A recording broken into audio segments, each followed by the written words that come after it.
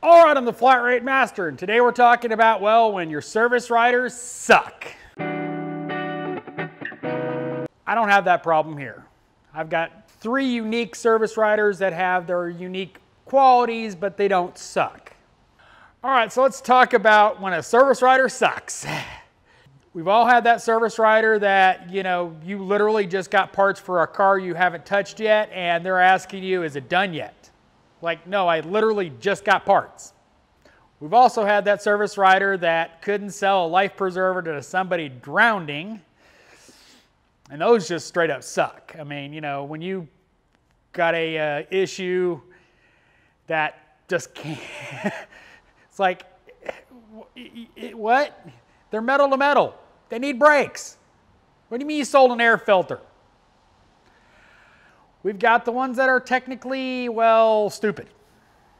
That sell a suspension repair when you literally can't align it because you can't put the tire clamps on it. They're bald. Or the service writer who decides what's best for the customer, doesn't even try to sell them what their car needs. He just decides, oh, they don't need that. Or, oh, they can't afford that. You gotta ask them. Now this one has irked me for many, many years. You get a ticket. Oh, it needs this. Well, who diagnosed it? Oh, I just know that's what it needs. Am I getting diag or am I just hanging apart? Don't diagnose cars from the front desk, please. Just take their information. Now this one I do have to say is a problem here, and I've complained about it, and well, not getting information from the customer when they're in the showroom. You have a complaint, find out details about the complaint. Now this one is annoying because, when does it happen? Oh, well, I don't know. You talk to the customer. They were here. I saw them. I saw them back the car and walk into the showroom. Why don't you have information? That one irks me. Now this one comes from many years ago. And I'll tell this story because I didn't get paid on the bet either. Still quite relevant. I had a Jeep. Came in for a misfire. Information I got was, it's got a misfire. Okay, so I pulled into the shop. It's got spark. I did a compression test. Compression was good. Did all my other checks. Diagnosed it needing an injector. The driver was good in the injector. No problems. It needed an injector on cylinder number 1. I remember this. That's how much it irked me.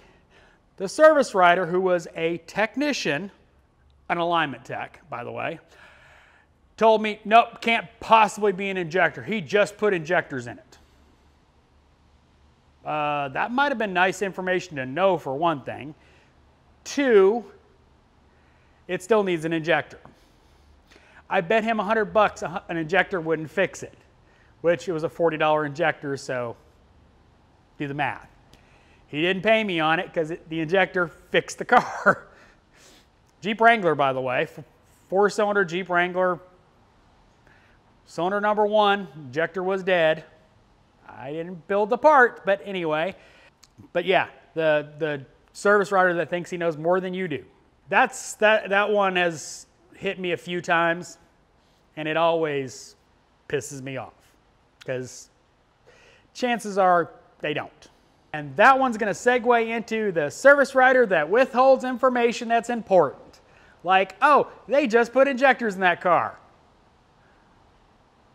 You couldn't type that into the ticket or tell me?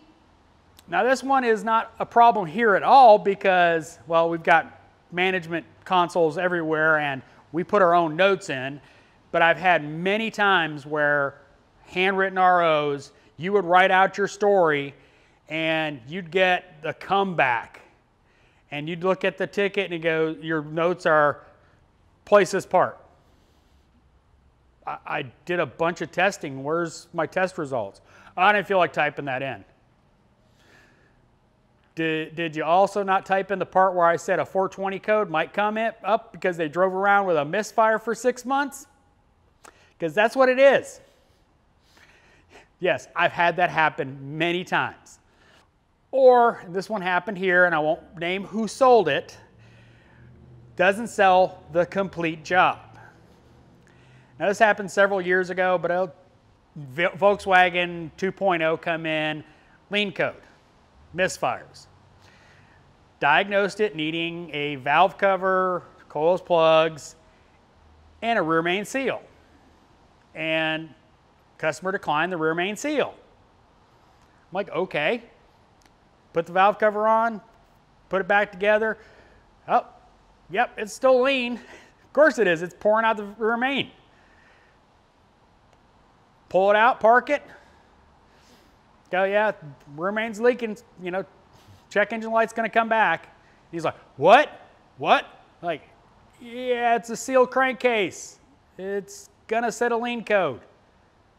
What? That's why you read the notes.